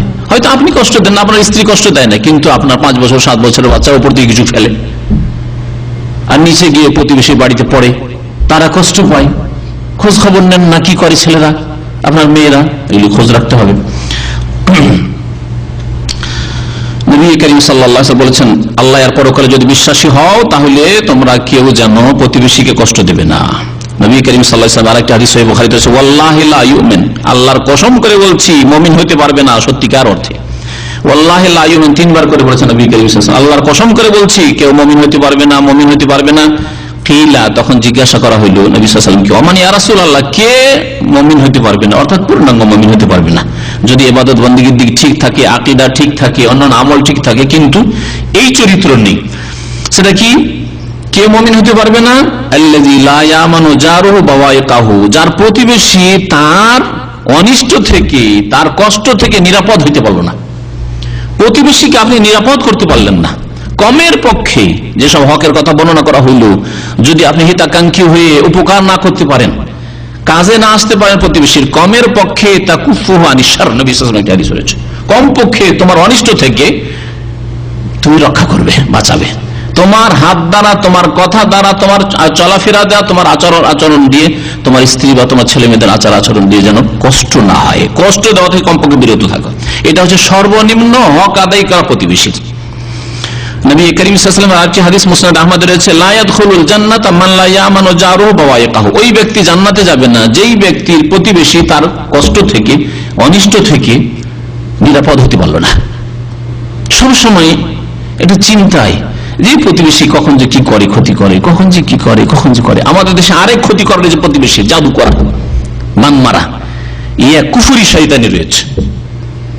সামান্য কিছু হয়েছে দেবে বান মেরে, চলে গেল জাদুকরের কাছে, কি করে জাদু করে ক্ষতি করতে হবে। দুনিয়া নষ্ট করলো, আখেরাত নষ্ট, খাসিরাত দুনিয়া ওয়াল আখেরা। দুনিয়া নষ্ট করলো, আল্লাহ বান্দাকে কষ্ট দিয়ে, মানুষকে কষ্ট দিয়ে মানসিক শান্তি হয় না, উপকার করলে মানসিক শান্তি হয়। এটা সাইকোলজি, মনে রাখবেন। আপনি দান করেন, তারপরে ঘুমান, মনটা খুব খুশি থাকবে যে আমি দিতে পেরেছি। আপনি কাউকে খাওয়ান আর তারপরে ঘুমান, চলাফেরা করেন, মনে শান্তি থাকবে যে আমি খাওয়াইতে পেরেছি। আর কষ্ট দিয়ে কারোর সাথে মারামারি করলেন, আর সে আপনাকে মারতে পারেনি, মার দিলেন, দিয়ে টান দিয়ে বেঁচে গেলেন, আপনি সারাদিন পেরেশান থাকবেন, কিন্তু শান্তি পাবেন না। কাউকে কষ্ট দিয়ে তাহলে শান্তি পাওয়া যায় না, কিন্তু মানুষকে আরাম দিলে শান্তি পাওয়া যায়, যে মানুষের উপকার করতে পেরেছি আমি। এই জন্য দেখা যাচ্ছে যত সৎ মানুষ তত মানসিক পীড়া থেকে মুক্ত। আল্লাহর হকের ক্ষেত্রে, মানুষের হকের ক্ষেত্রে যত ভালো মানুষ দেখবেন তত মানসিক পীড়া থেকে, টেনশন থেকে মুক্ত। রাত্রে যখন ঘুমাতে যাই কোনো তার চিন্তা থাকেন না, কারণ আমি কারো দুশমনি করিনি, কারো ক্ষতি করিনি, কারো হিংসা অন্তর রাখেনি। হিংসা থাকলে আগুন জ্বলতে থাকে, হিংসা যদি অন্তরে থাকে আগুন জ্বলতে থাকে, যে কি করে ক্ষতি করতে পারবো, ক্ষতি করে পারলাম না, পারি না, এগিয়ে চলে যাচ্ছে না। ওগুলো থেকে আপনার অন্তর্মুক্ত। আল্লাহর নিয়ামত, আল্লাহ যাকে ইচ্ছা দিয়েছে, আমাকে যতটুকু আল্লাহ দিয়েছেন তাতে আমি শুকরিয়া আদায় করেছি এবং খুব খুশি রয়েছে, আলহামদুলিল্লাহ। এরকম অন্তরের অবস্থা তৈরি করেন। নবী করিম সাল্লাল্লাহু আলাইহি ওয়াসাল্লাম আরো বলেছেন, সহিহ বুখারীতে রয়েছে, মান কানা ইউমিনু বিল্লাহি ওয়াল ইয়াউমিল আখির, যে আল্লাহ পরকালে বিশ্বাসী সে যেন ফালা ইউজি জারাহু, প্রতিবেশীকে কষ্ট না দেয়। ওমান কানা ইউমিনু বিল্লাহি ওয়াল ইয়াউমিল আখির, যে আল্লাহ পরকালে বিশ্বাসী ফালিয়ুকরিম দাইফাহু, সে যেন অতিথির সম্মান করে, অতিথির আপ্যায়ন করে। ওমান কানা ইউমিনু বিল্লাহি ওয়াল ইয়াউমিল আখির, যে আল্লাহ পরকালে বিশ্বাসী ফালিয়াকুল খায়রান আও লিয়াসমুদ, তাহলে সে ভালো কথা বলবে, না হলে চুপ থাকবে। ভালো কথা বলার মতো ক্ষমতা থাকে ভালো কথা বলেন, যাতে হয়তো আল্লাহ রাজি হবে, মানুষকে খুশি করা হবে ভালো কথা বলে। আর না হইলে যদি ভালো কথা বলার অভ্যাস না থাকে, চুপ থাকেন, মুখটাকে বন্ধ রাখলে নিরাপদ থাকবেন। সহিহ বুখারী হাদিস। নবী করিম সাল্লাল্লাহু আলাইহি ওয়াসাল্লাম প্রতিবেশীর হকের কথা বলতে গিয়ে বলেছেন, মা জালা জিবরিল, নবী সাল্লাল্লাহু বলছেন, মা জালা জিবরিল ইউসিনি বিল জার, জিবরাইল আলাইহিস সালাম যখনই আসতেন তখনই আমাকে প্রতিবেশীর কথা স্মরণ করাইতেন, ওসিয়ত করতেন, উপদেশ দিতেন যে প্রতিবেশীর খোঁজ খবর রেখেছেন, আশেপাশের লোকের খোঁজ খবর রাখেন তো, এই ওসিয়ত করতেন। হাত্তা জানান্ত, এমন আমার মনে হইল যে আন্নাহু সাইয়ুআররিসুহু, তিনি ওয়ারিস বানিয়ে দেবেন হয়তো। না, জিবরাইল আলাইহিস সালাম আল্লাহর পক্ষ থেকে এমন বিধান নিয়ে আসবেন যাতে প্রতিবেশীকে ওয়ারিস বানিয়ে দেবেন, মানে ধন সম্পদে ভাগ বন্টন আল্লাহ লাগিয়ে দিবেন, ভাগ লাগিয়ে দিবেন, যে এই প্রতিবেশীকে এত দিতে হবে, যেমন মেয়েকে এত দিতে হবে, বোনকে এত দিতে হবে, বাবাকে এত দিতে হবে, মাকে এত দিতে হবে, এইসব ফারায়েজের ভাগ রয়েছে কোরআনে, নবী সাল্লাল্লাহু আলাইহি হাদিসে। ওই রকমই আমার আশঙ্কা হলো যে এত যে তাগিদ করছে জিবরাইল, তো কখন হয়তো এই হুকুম চলে আসবে যে এই প্রতিবেশীকে দিতে হবে, এই প্রতিবেশীকে এত দিতে হবে, ওয়ারিস বানিয়ে দেওয়া হবে হয়তো, এই আশঙ্কা আমার হলো। আবু দাউদের হাদিস এবং হাদিসটি সহিহ। নবী করিম সাল্লাল্লাহু আলাইহি সাল্লাম আরো জমি জায়গা বিক্রির ক্ষেত্রে, ভিটে মাটি বিক্রি করবেন, পাশের প্রতিবেশীরা রয়েছে, এই ক্ষেত্রেও শুনেন এই মাসলা জরুরি, কারণ অনেকেই হয়তো মনে করে যে না, একে কেন বলতে যাওয়া, যেখানে পয়সা বেশি পাবো সেখানে দেবো না, আগে কে বলেন, পাশের লোককে বলেন। নবী সাল্লাল্লাহু আলাইহি ওয়াসাল্লাম বলছেন, মান কানাত লাহু আরজুন, কারো যদি জমি থাকে, ইবনে আব্বাস রাদিয়াল্লাহু তাআলা আনহু থেকে বর্ণিত, কারো যদি জমি জায়গা থাকে, ফাআরাদা বাইআহা, আর সেটা বিক্রি করতে চায়, ভিটে মাটি বা পাশাপাশি জমি আছে বিক্রি করতে চান, ফালিয়া আরিযা আলা জারিহি, পাশের যে জমিওয়ালা আছে, পাশের বাড়িওয়ালা আছে, তার কাছে পেশ করুন যে ভাই আমি আমার ভিটে মাটিটা বিক্রি করতে চাইছি, আমার জমিটা বিক্রি করতে চাইছি, নেবেন কি? যদি আপনি নেন তো আপনাকে দেবো, অন্য লোককে দেবো না। আর যদি আপনি না নিতে চান তাহলে অন্য কোথাও থেকে যদি গ্রাহক আসে আমি বিক্রি করে দেবো, এ কথা জানিয়ে দেন। কারণ অনেক সময় বাইরের লোক সেখানে এসে যদি বসে যায়, ক্ষতিগ্রস্ত হবে এই প্রতিবেশী, আর সারা জীবন মনে রাখবে যে এই লোকটি আমাকে ক্ষতি করে গেছে, বা কোন জালেম শয়তানকে এখানে বসিয়ে গেছে, বেদিনকে বসিয়ে গেছে, যার আখলাক আচরণে কষ্ট পাচ্ছি। সুতরাং আপনাকে দোয়া দেবেন, বদদোয়া দিতে থাকবে। এইসব হিকমতের কারণে, বিভিন্ন ফায়দার কারণে নবী করিম সাল্লাল্লাহু আলাইহি ওয়াসাল্লাম বলেছেন, যখন আপনার জমি বিক্রি করবেন পাশের লোককে জিজ্ঞাসা করেন। নবী সাল্লাল্লাহু আলাইহি ওয়াসাল্লাম আরেকটি হাদিস রয়েছে এই ক্ষেত্রে, আল জারু আহাক্কু বিশুফআতি জারিহি। আজকাল যে পার্সোনাল ল রয়েছে, যারা ইসলামী আইন বাস্তবায়ন করে না, সেখানে পার্সোনাল ল আছে। ভারতে যেমন বা মানুষ রচিত বিধান দিয়ে যেসব দেশ শাসিত হচ্ছে, সেসব দেশেও পাশের লোক যদি দাবি করে দেয় যে আমি এই জমি নিতাম, তাহলে কিন্তু তার হক আছে, যদি আপনি অন্য কারো কাছে বিক্রি করেছেন অথবা বাইনামা নিয়ে নিয়েছেন। একে সুফা বলা হয়, সুফার হক। নবী সাল্লাল্লাহু আলাইহি ওয়াসাল্লাম বলছেন, আল জারু, প্রতিবেশী, আহাক্কু বিশুফআতি জারিহি, পাশের জমির, পাশের জায়গার বেশি অধিকারী। পাশের জায়গা আছে, সেই জায়গা নেওয়ার অধিকারী হচ্ছে আপনার প্রতিবেশী বেশি। বিশেষ করে যে অনুপস্থিত থাকে, তার ইউনতাজারু বিহা, নেই, বিদেশে আছে, প্রবাসে আছে প্রতিবেশী, আর আপনি জমি বিক্রি করছেন না, টেলিফোন করে জিজ্ঞাসা করেন, অথবা ইন্তজার করে যখন আসবে এসে তার সাথে কথা বলে, সে যদি না নেয় তাহলে অন্য লোকের কাছে বিক্রি করে। বিশেষ করে নবী সাল্লাল্লাহু আলাইহি ওয়াসাল্লাম বলেছেন, ইযা কানা তারিকুহুমা ওয়াহিদান, যদি একটি রাস্তা বিশেষ করে থাকে, দুটি বাড়ি থেকে বেরোলে রাস্তা একটাই, একই রাস্তা যদি থাকে, তাহলে সেই ব্যক্তি ক্ষতিগ্রস্ত হবে পাশের লোকের কাছে বিক্রি করে দিলে। সে চায় না যে সেখানে অমুসলিম হয়তো বসুক, সে চায় না সেখানে বেনামাজি বেদিন বসুক, সে চায় না যে সেখানে খারাপ চরিত্রের মানুষ বসুক এসে। সেই জন্য নবী সাল্লাল্লাহু আলাইহি ওয়াসাল্লাম বলেছেন যে এই হকগুলির খেয়াল রাখবে। সময় বেশি হয়ে গেছে, প্রতিবেশী সম্পর্কে আরো অনেকগুলি হাদিস রয়েছে, ইনশাআল্লাহ তাআলা সময় হলে আবার বাকি হাদিসগুলি পেশ করে। প্রতিবেশীকে আপনি খাবার দেবেন, এই সম্পর্কে বেশ হাদিস রয়েছে। প্রতিবেশী যদি কষ্ট দেয় তো কি করতে হবে এই ক্ষেত্রে? নবী সাল্লাল্লাহু আলাইহি ওয়াসাল্লামের জামানায় এইরকম এক সাহাবী করেছিলেন, তারপর তার কাছ থেকে মাফ নিয়ে সেই ব্যক্তি তাকে রাজি করে। তো যাই হোক, আল্লাহ পাক রব্বুল আলামিন যেন প্রতিবেশীর হক আমাদেরকে আদায় করার তৌফিক দান করেন, প্রতিবেশী সম্পর্কে আমাদের যত্নবান হওয়ার তৌফিক যেন দান করেন। আল্লাহ পাক রব্বুল আলামিন যেন আমাদেরকে তার আগে ভালো প্রতিবেশী যেন দান করেন। আল্লাহ পাক প্রতিবেশীর অনিষ্ট থেকে আমাদেরকে যেন সকলকে রক্ষা করেন। আল্লাহ পাক রব্বুল আলামিন যেন প্রতিবেশীর হক ছাড়াও যেসব আল্লাহর বান্দাদের হক রয়েছে তাদের হক সুন্দরভাবে আদায় করার তৌফিক দান করেন। আল্লাহ পাক তার হক এর ক্ষেত্রে আমাদেরকে যত্নবান হওয়ার তৌফিক যেন দান করেন। সুবহান রাব্বিকা রাব্বিল ইজ্জাতি আম্মা ইয়াসিফুন ওয়া সালামুন আলাল মুরসালিন ওয়া আলহামদুলিল্লাহি রাব্বিল আলামিন। এক ভাই বা বোন কেউ জিজ্ঞাসা করেছেন যে আমাদের কি আমাদের পরিবারে পর্দা করে না এবং পর্দাকে পছন্দ করে না, নামাজও পড়ে না, ইসলাম পালন করার জন্য আমাকে নিয়ে তারা ঠাট্টা বিদ্রুপ করে, এই তো। হ্যাঁ, এই ক্ষেত্রে তাদেরকে প্রথম কথা উপদেশ দেন, বোঝাবার চেষ্টা করেন, ধৈর্য ধারণ করতে হবে এবং বুঝাইতে হবে। নবী সাল্লাল্লাহু আলাইহি ওয়াসাল্লামকে ঠাট্টা করেছে মক্কার লোকেরা, 13 বছর ধরে ঠাট্টা করেছে, একদিন দুই দিনে 13 বছর ধরে ধৈর্য ধারণ করেছে তাদের ঠাট্টা বিদ্রুপ উপহাসের উপর। ধৈর্য ধারণ করেন, ওয়াতাওয়াসাউ বিল হাক্কি ওয়াতাওয়াসাউ বিস সবর, ধৈর্য ধারণ করে তাদেরকে সত্যের দাওয়াত দেন, হতে পারে তারা গ্রহণ করতে পারে। যদি একই অন্যায় বা একই উঠানে থাকতে বাধ্য হন তাহলে তো এইরকম ভাবে ধৈর্য ধারণ করেই তাদের সাথে আপনাকে চলতে হবে। আর যদি আল্লাহ সচ্ছলতা দিয়ে থাকে তাহলে আপনি পৃথক হয়ে যান, হয়ে আপনি তাদের অনিষ্ট থেকে বাঁচার চেষ্টা করেন, আলাদা থাকেন, আর দূরে থেকে মাঝে মধ্যে এসে তাদেরকে ইসলামের দাওয়াত দেন। তাহলে 24 ঘন্টা ঠাট্টা বিদ্রুপ করার হয়তো সুযোগ পেল না, দিনে হয়তো একবার আধা ঘন্টার জন্য আসলেন, 1 ঘন্টার জন্য আসলেন, সপ্তাহে 2বার 3বার আসলেন, মাঝে মধ্যে সে দিনের দাওয়াত দিলেন। আর দেখা গেছে যে অনেক সময় একসাথে থাকলে গন্ডগোল হয়, ঝামেলা হয়, কিন্তু একটু দূরে হয়ে গেলে আবার মেহমানের মতো হয়ে যায়, তখন আত্মীয়তা বেড়ে যায়, তাই না? ভাই ভাই একই বাড়িতে একই উঠানে ছিল, মারামারি করছিল, আর গ্রামের এক পাশে চলে গেল, আর এক পাশে আরেকজন চলে গেল, সম্পর্ক ভালো হয়ে গেল। হয় সুতরাং আমাদের যে পারিবারিক কাঠামোটা সেটা অনিসলামিক কাঠামো। একই সাথে 5 ভাই থাকবে আর মারামারি করবে, 5 ভাই হয়তো কোন রকম মিলে থাকতে চায় কিন্তু 5টা বই মারামারি ঝগড়া করছে, এইভাবে থাকা শরীয়তি বিষয় নয়। একসাথে থাকতে হবে, একসাথে খেতে হবে, একই অন্নে থাকতে হবে, এগুলি আমাদের বাঙালি সমাজ ইসলামিক সমাজ নয়। সুতরাং এগুলিকে উঠিয়ে দেওয়ার চেষ্টা করতে হবে। আলাদা আলাদা বাড়ি করেন, তাতে পর্দাও হবে, ঝগড়াও মুক্ত হবে, টেনশন মুক্ত থাকবে, আর ভালোবাসা থাকবে। মেহমানের মতো ভাই আসবে, ভাইয়ের বউ আসবে, বোনেরা আসবে, খেয়ে দিয়ে যাবে, আপনিও তাদের বাড়ি যাবেন, সম্পর্কের উন্নতি ঘটবে। জি, তায়াম্মুমের নিয়ম সম্পর্কে সহিহ তায়াম্মুম সহিহ বুখারী হাদিসে রয়েছে, আত-তায়াম্মুম দারবাতুন ওয়াহিদা, তায়াম্মুমের জন্য একবার মারবেন মাটি, দুইবার নয়। তাহলে দুইবারের হাদিস দুর্বল, সহিহ নয়, একবার মারবেন।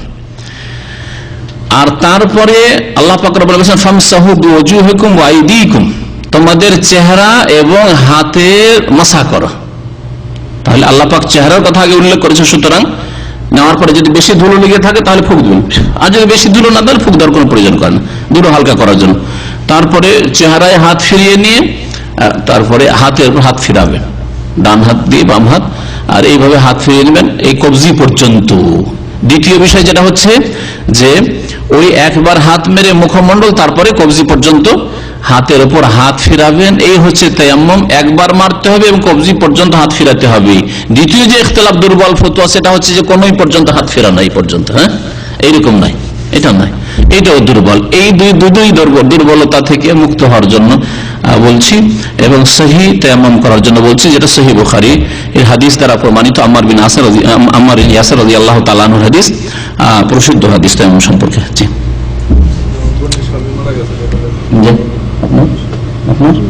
আচ্ছা, আমাদের ভাই মোবারক আছেন, ওনার ভগ্নিপতি মারা গেছে, আল্লাহ পাক যেন জান্নাতবাসী করেন, গুনাহ খাতা মাফ করে দেন, আল্লাহ পাক কবরের জীবনকে যেন সুখী করেন, আল্লাহ পাক রব্বুল আলামিন আত্মীয় স্বজন যারা রয়েছে তাদেরকে যেন সান্ত্বনা দান করেন, ধৈর্য ধারণের তৌফিক দান করেন।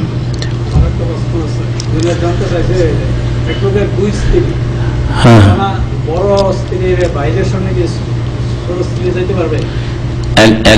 একজন লোকের দুই স্ত্রী, হ্যাঁ হ্যাঁ,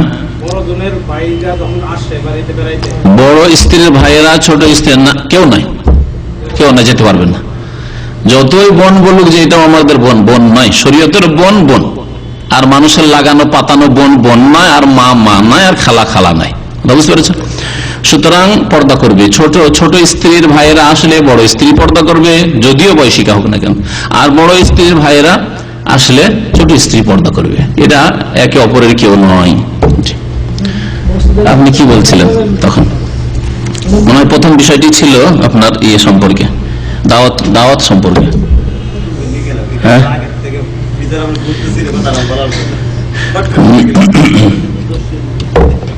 প্রতিবেশীকে দাওয়াত দেওয়া, দাওয়াত নেওয়া, এই সম্পর্কে।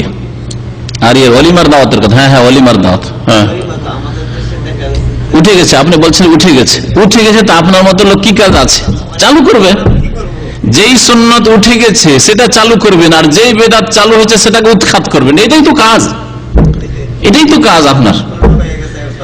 যেই বেদাত চালু হয়েছে বেদাতকে উৎখাত করেন, মাজার, ফকির, দরবেশ, তাবিজ উৎখাত করবেন, আর ওলিমার দাওয়াত উঠে গেছে, হ্যাঁ চালু করবেন। জি, তাহিয়াতুল মসজিদ উঠে গেছে, চালু করবেন। সূর্যগ্রহণ, চন্দ্রগ্রহণ, নামাজ উঠে গেছে, চালু করবেন। মৃত সুন্নাত, অনেক পুরানো একটা আলোচনা আছে, ইনশাআল্লাহ আবার এই মৃত সুন্নাত মনে করে দিবেন, আমি এর উপর একটা আলোচনা করবো, যে যেই সুন্নাতগুলো মরে গেছে সেগুলো জীবিত করবেন, বড়ই নেকির কাজ। আর যেই বিদাতগুলি চালু হয়ে গেছে সেগুলিকে উৎখাত করতে হবে, নির্মূল করতে হবে। মসজিদের বাইরে সবজি কেনা যাবে, মসজিদের ভিতরে না, হ্যাঁ সব কেনা যাবে, বাইরে কেনার অসুবিধা। আজান একামতের মাঝখানে, আজান একামতের মাঝখানে না করে ভালো, নামাজ পড়তে যান, নামাজের পরে কেনেন। বিশেষ করে জুমার খুতবা যখন শুরু, দ্বিতীয় আজান যেটা হয়ে যাওয়ার পরে কেনা জায়েজ নাই, কেনা বেচা জায়েজ। কেউ যদি মিশক বিক্রি করে, সবজি বিক্রি করে খুতবা শুরু হওয়ার পরে, তাহলে জায়েজ নয়, কেনাও জায়েজ নয় আর বেচাও জায়েজ নয়। কারণ আল্লাহ পাক কোরআনে কারীমে বলেছেন, ইযা নুদিয়া লিস-সালাতি মিন ইয়াউমিল জুমআ ফাসআউ ইলা যিকরিল্লাহ ওয়া যারুল বাইআ, ব্যবসা বাণিজ্য ছেড়ে দাও, কেনাও ছেড়ে দাও, বেচাও ছেড়ে দাও। এই জন্য এই ফতোয়াটি জেনে রাখবেন যে জুমার দিনে খুতবা শুরু হওয়ার পরে সস্তা পাচ্ছেন কিনবেন না, ভালো একটা দাম পাচ্ছেন বিক্রি করবেন না, বন্ধ করেন, নামাজ পড়েন। নামাজের আগে পরে করার জন্য, হ্যাঁ হ্যাঁ হ্যাঁ, কোনো অসুবিধা নেই। মসজিদের ভিতরে নিষেধ আছে, মসজিদের ভিতরে কেনা বেচা নিষেধ আছে, মসজিদের ভিতরে হারিয়ে যাওয়া বস্তু খোঁজ করা নিষেধ আছে। জি, দাম চড়িয়ে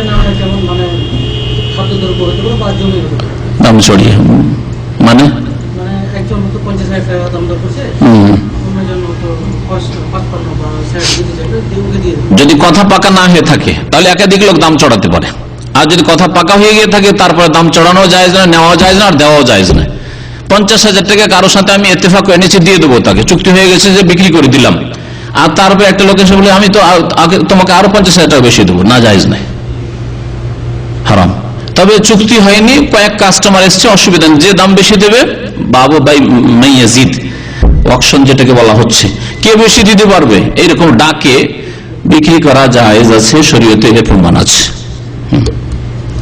এইরকম বিবাহ শাদীর ক্ষেত্রে এক মেয়েকে একাধিক লোক এসে দেখতে পারে, প্রস্তাব দিতে পারে, কিন্তু যখন কথা পাকা হয়েছে তারপরে কথা ভেঙে আবার কোথাও দেওয়া, ভালো সুযোগ সুবিধা পাচ্ছি, ভালো ছেলে পাচ্ছি, জায়েজ নেই।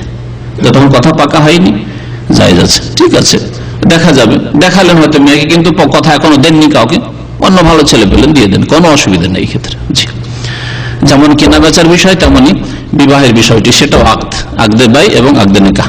শেষ করা যাক এখানে, কি সময় বেশি হয়ে গেছে। সাল্লাল্লাহু আলাইহি ওয়া সাল্লাম।